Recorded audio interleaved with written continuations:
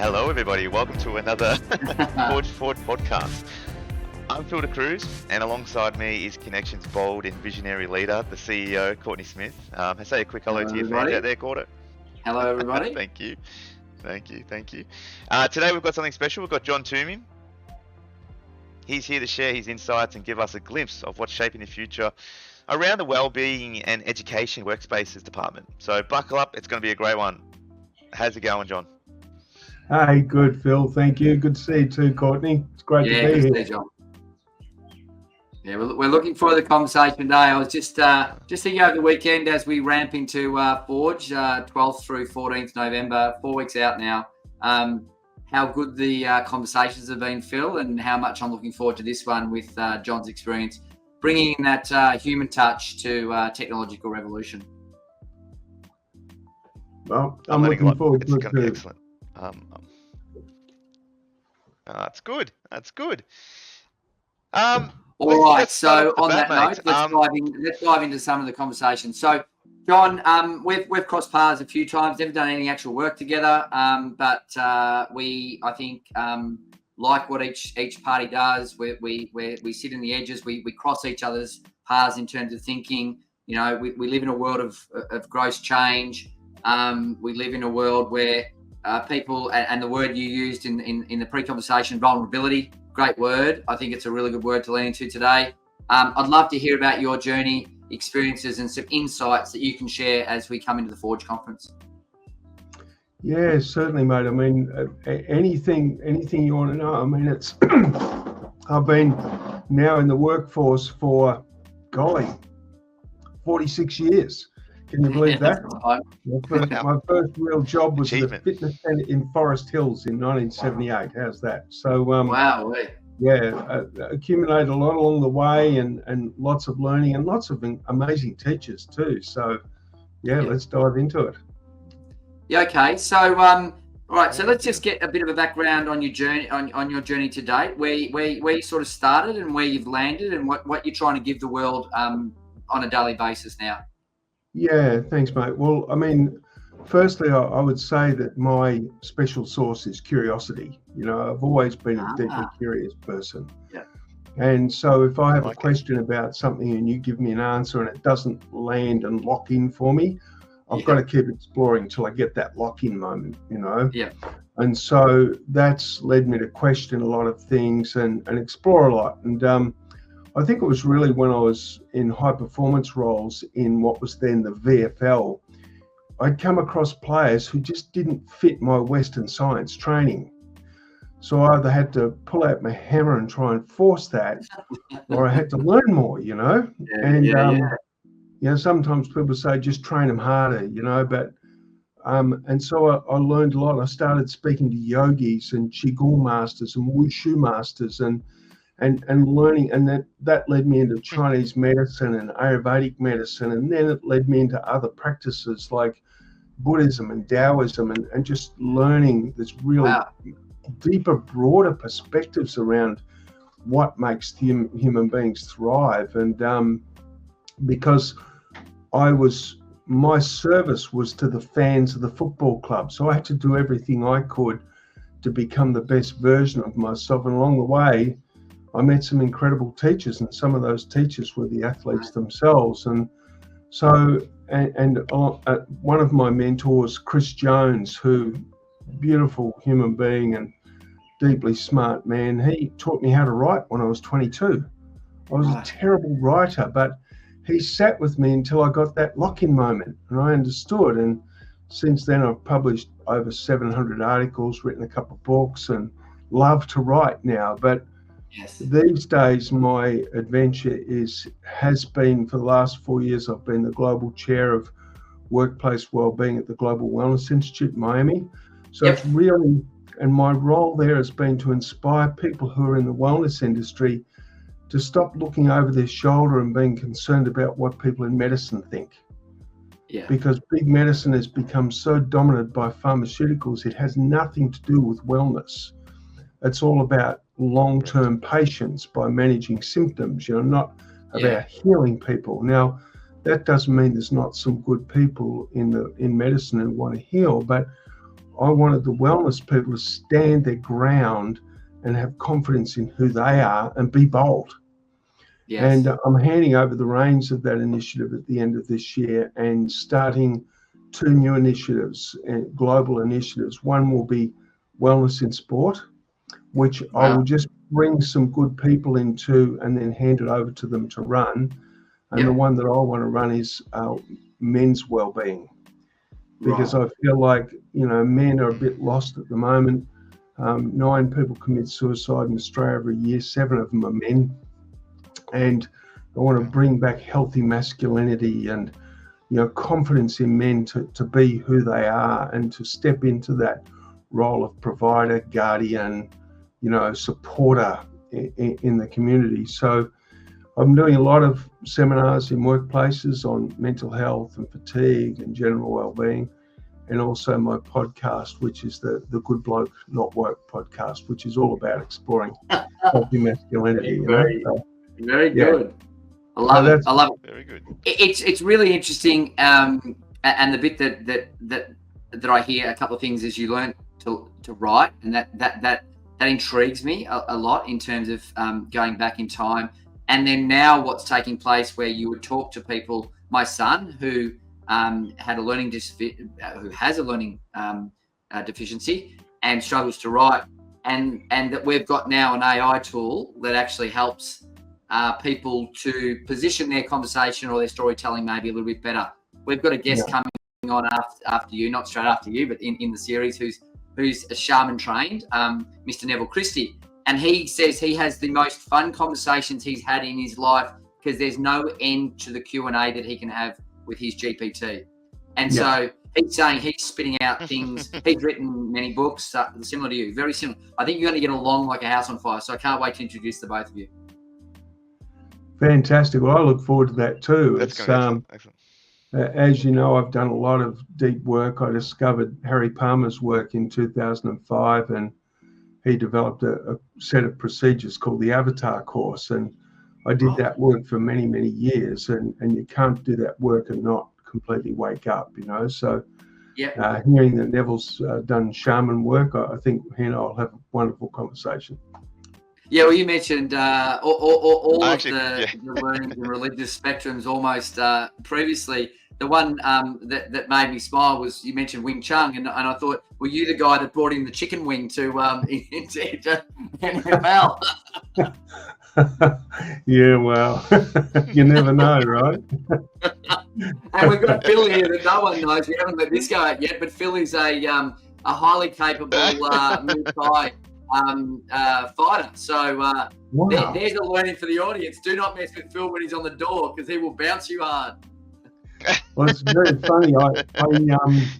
I used to live above a couple of young ladies, and one of them was a track jockey at Caulfield Racecourse. Oh, yeah. And the other one was this beautiful, just a stunningly beautiful young woman, and she was an osteopath, but she was also the world champion at Filipino stick fighting. Oh, Jesus. Oh, wow. That's brutal. Sometimes that is brutal. That's don't mess with her.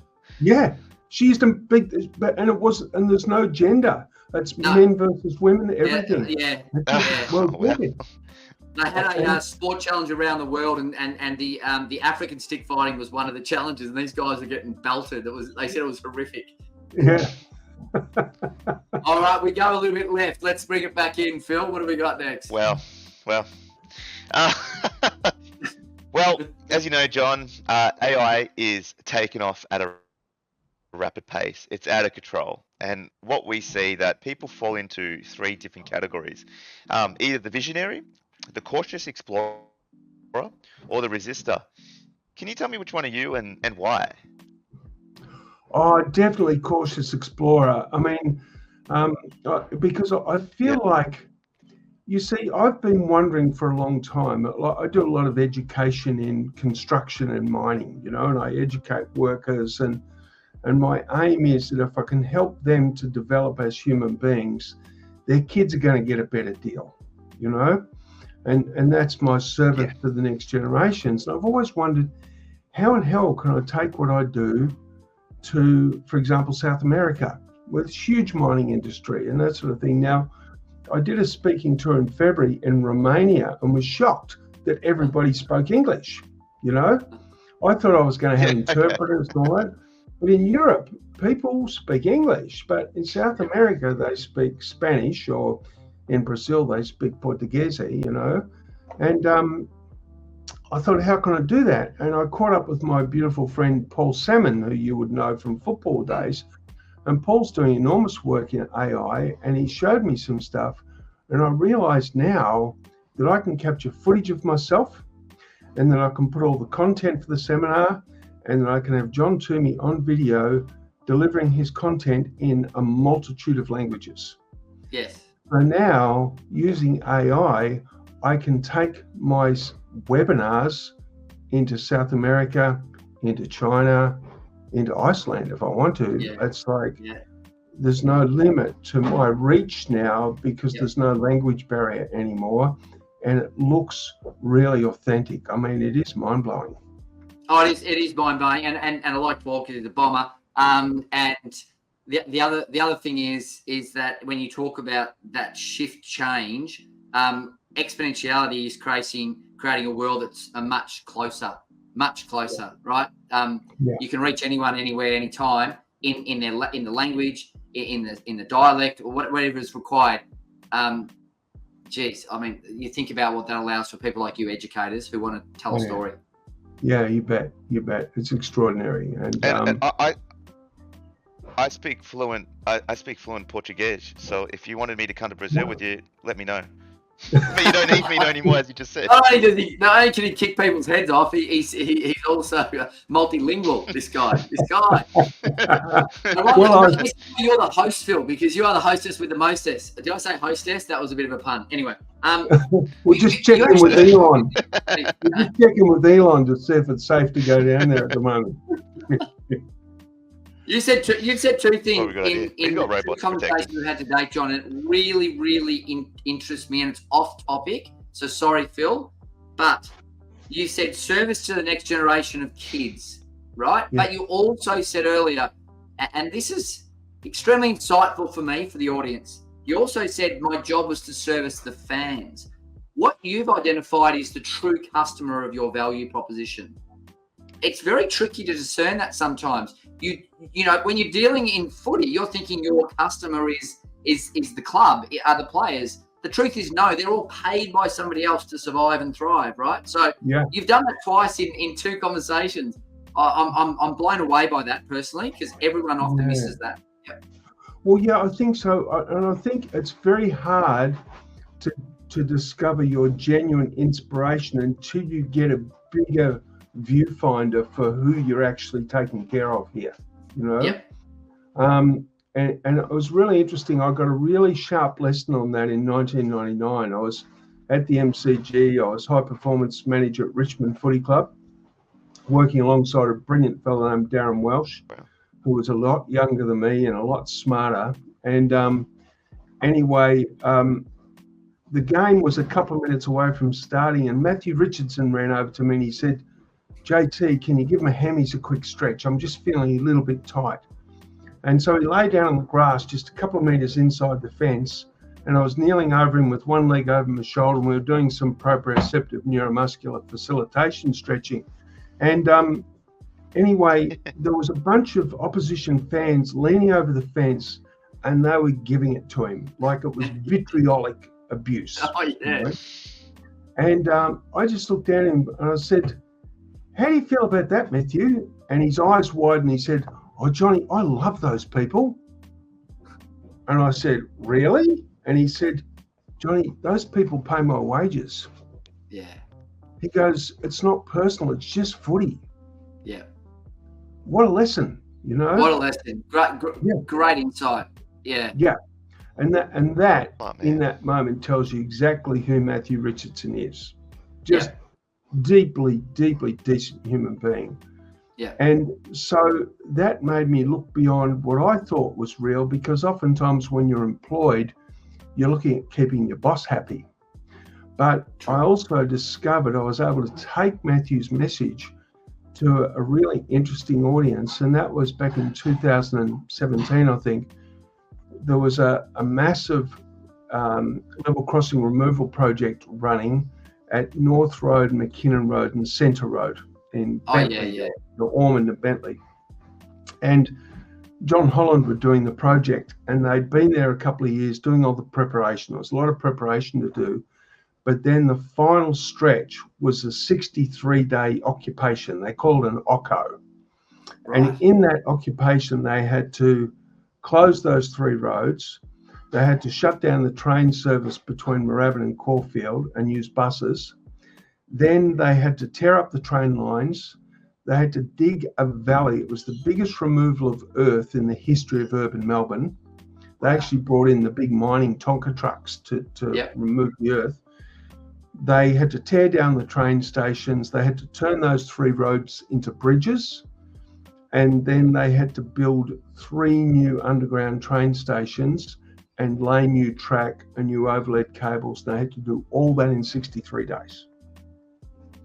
There was going to be 1,000 people working around the clock. And a couple of weeks before, I popped into their office. I was going past. I popped in to say good day. I was walking around chatting to some of the guys because I'd done seminars for them before, and you could have sworn they were facing a firing squad. They were so distressed by the pressure of the project.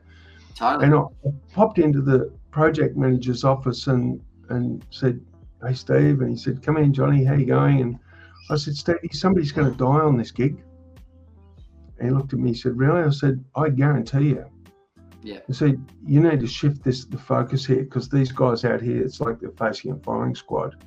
So we got them in a room and we talked to them about the project. Got them all in a room, and I talked about who's the genuine beneficiary of their project, because I said, at the time Melbourne was, I think, 6 years in a row the world's most livable city. Yep. And I said, what makes a great city? And the bottom line is it's infrastructure, it's roads, it's rail, it's water, it's power, And I said, Melbourne's Achilles heel is level crossings. And people didn't know that Melbourne's train service hit its usable peak back in the early 90s. They couldn't schedule any more trains at peak hour, because if they did, the level crossings would impact to the road network. Total gridlock, right? So, and then I talked about what would happen once the job was done and all the level crossings were gone and the new tunnelling systems were in.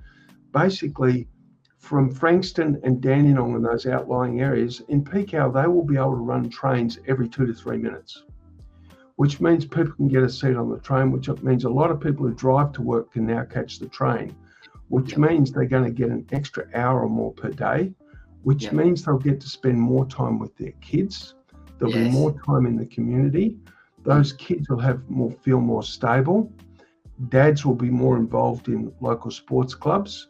And I just painted the picture of the flourishing of communities for multiple generations because of the work that they're doing right there. And it was amazing. It's a crazy you should have felt the room shift. And these guys, like by the end of it, they're saying, we wish we could start right now, Yeah. And the end result was they knocked it over in 61 and a half days, under budget, not a single safety incident. And the only 2 negatives from the public were 2 slightly negative tweets about the bus service. And it actually became the biggest tourist attraction in Melbourne for that period of time. There's people queued up around the fence watching the project, Oh, big projects, infrastructure projects are incredible. Like just maturing. Imagine, I haven't seen one in China, but I could just imagine they would have done that in 30 days. You know what I mean? Yeah. Like it's just incredible to think how they and maybe not as safe, to be honest. We'll keep moving, John. We'll keep moving. I'm going to blend two conversation pieces that we've had with other guests. One is if someone walked away from the conference, what insights would they get from John Toomey? What would be the key insight you'd hope?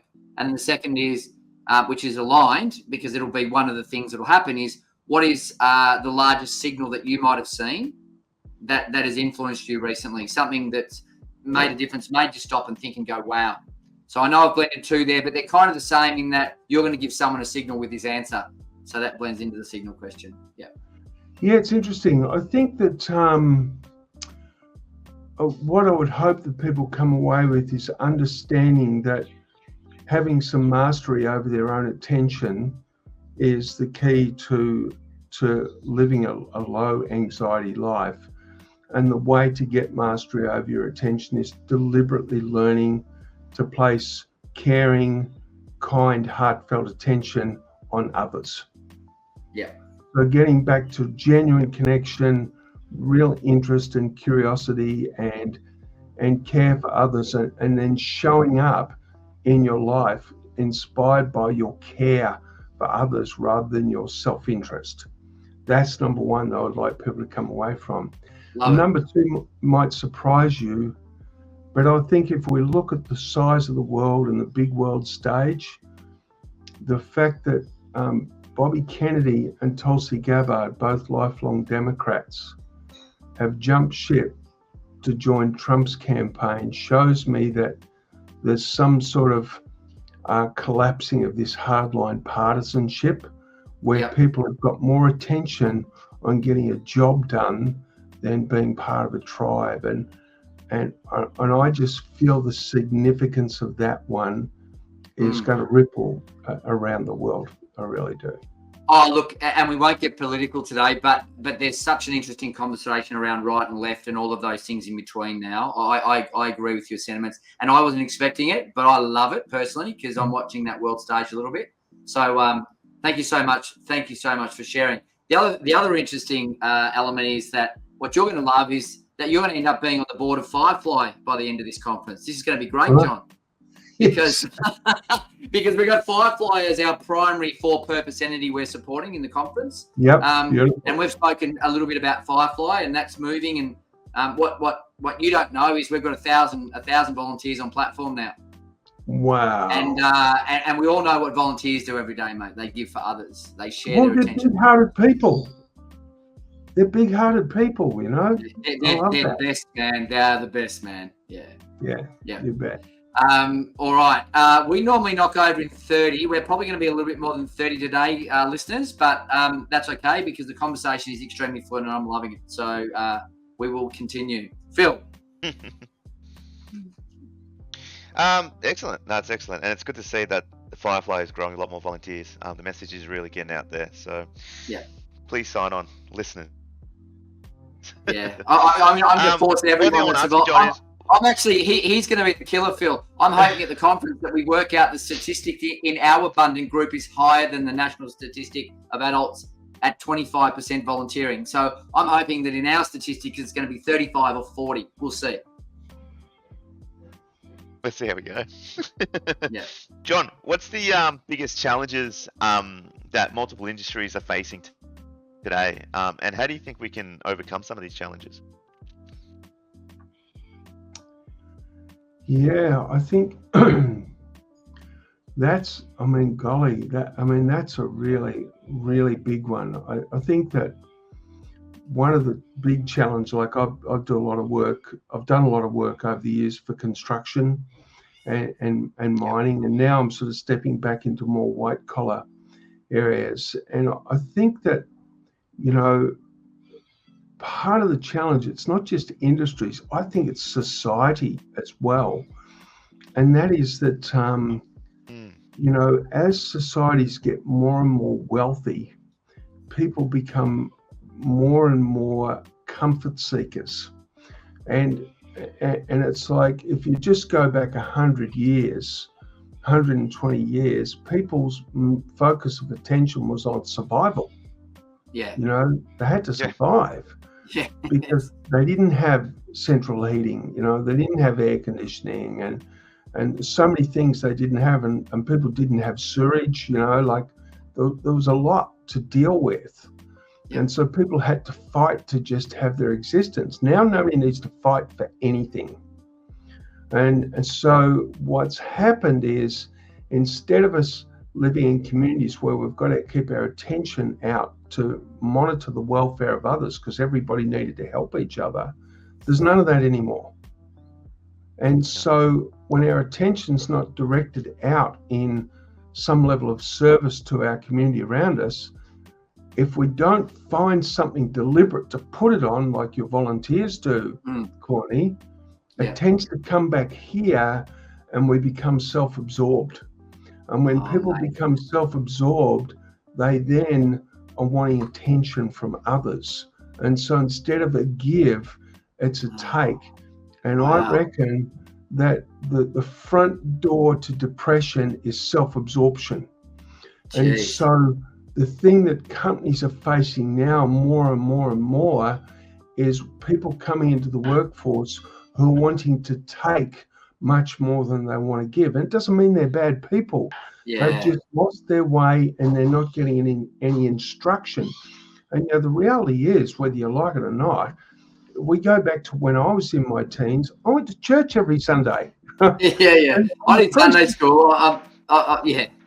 And the priest would stand up and lecture us about stuff that made us better people. Whether you wanted to follow the religious part of it or not is up to you. But I mean, I'm not a religious person now, but nobody's getting that instruction anymore. And the advertisers are telling them how comfortable they can be and what else they can have, But the irony of it is that because of the comfort message and because of that desire for comfort, a lot of people, what they are fighting for is freedom from debt.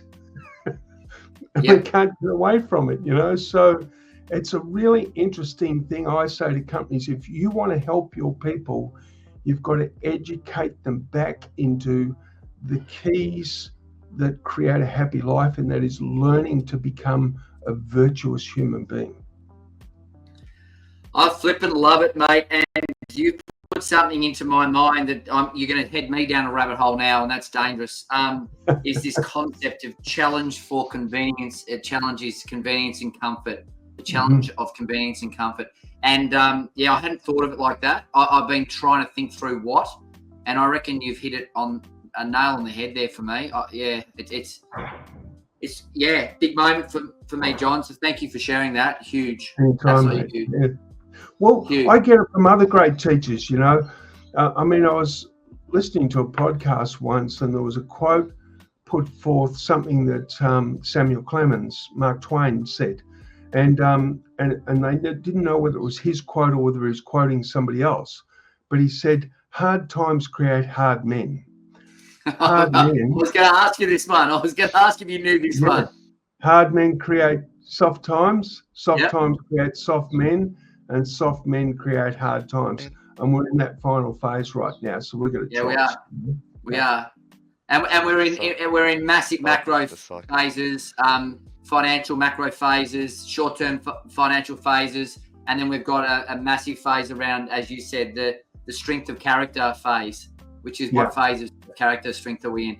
Look, it's a fascinating time. I've got 3 boys. I'd like to pretend that that I am that hard, and when I say hard, strong. I know I've slipped back into give them comfort. Probably less than others, to be honest, John, but I see myself do it, and I think, why am I doing this? It's big conversation, and if you don't get to Forge, you don't get to be part of it, Phil. This is the sort of stuff we want to be talking about on the top of innovation and tech. Absolutely. And what's aligned, there's an old saying that aligns with what you just said, Courtney. It's why old men plant fruit trees that they will never see bear fruit. Another cracker. That's it, mate. These are coming out everywhere. There's going to be so much content to deliver. It's beautiful. Beautiful stuff. One of my favorite. Is there any advice you would give to? Yep. I was just going to say one of my favorite Zen Buddhism quotes is, "A ship is safe in the harbour, but that's not what ships are for." I love it. Very wise. Yeah, it takes a bit to grab that one. That's one you got to just pause for a moment and reflect on what that's about. Yeah. Wow. I would say, is there any advice you could give to innovators who want to make an impact across the industries they're worked in, particularly maybe in civil construction? We're going to have a lot of attendees that are in that space. What advice could you give to them?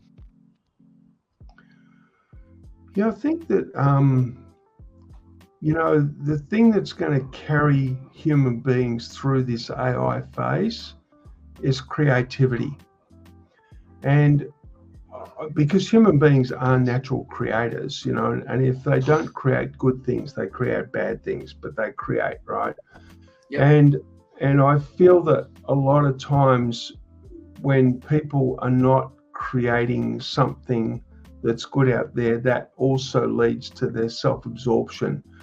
And I would say that, people in that construction industry, I would like to see them dream big and start to really get their people dreaming and get their people involved in the process. Construction workers, they're not in there because they're no good for anything else. They like building stuff, And I think that really great leaders in the construction industry talk to their people and get them involved and wake up that, I would walk around every construction site and speak to every construction worker, male or female, and say, what do you reckon the world needs to make life better for the next generation of kids that are coming through? And that sparks something inside people.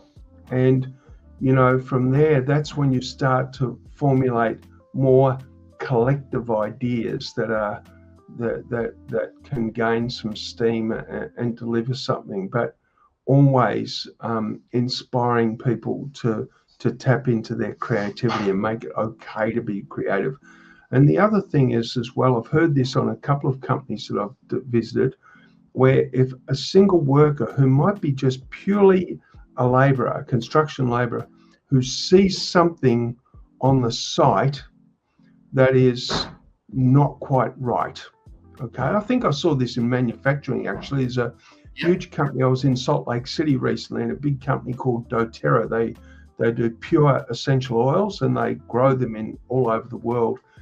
And if somebody notices something in that organization that's not quite right, or it could be a bit of a risk, or it could be impeding on productivity, that person gets to be part of the team that solves the problem. Yeah, I love that. I love the creativity bit. I took the team to a Burning Mind session last week. We had a couple of the team members, we had a couple of clients, a prospect, and a couple of partners. And to have that really unique, multidisciplinary, cross-functional group of people at a table doing human-centered design activities and thinking and collaborating was just so much fun, and everyone came away, I think, very, very vibrant. So on that note, I think we'll close out, because the point you make around that is wonderful to close on, John, which is, if you're coming to Forge, don't come alone. Bring somebody else you can share the conversation with. You can learn and talk about John's special messages when we're on the panel sessions. You can learn about Finbar's special messages, Neville's special messages. You can take them back to your teams, and with some shared thinking, you could actually see some things be put in play, as opposed to just dropping into the old grey matter, going, that was great, walking away and not having anything to share with, because no one understands what you were talking about. So, John, unbelievable session. Can I just add to that, Courtney? Yep. I'm totally in with what you're saying there, because I sat in on a webinar with Finbar O'Hanlon. Right. And I was so excited. I just could not believe the newness and the freshness and the power of this man's creativity, and I had nobody to talk to about it. It's horrible. It's horrible. You can't talk about it. You can't engage with it. So thank you so much for for coming on and allowing me to enjoy your time today, John. It's been an absolute pleasure. We would encourage all the listeners to look for John on his LinkedIn channel. He's got a great following. He does amazing things. And as you would have heard from this chat today, he's got a few insights to give. So thank you so much, John, for your time today. Thanks, Courtney, and thank you, Phil. Thank you, John. You're an inspirer, mate. Can't wait to hear you at the Forge conference. Thank you. Thank you. Have a great day. See you, mate. See you guys.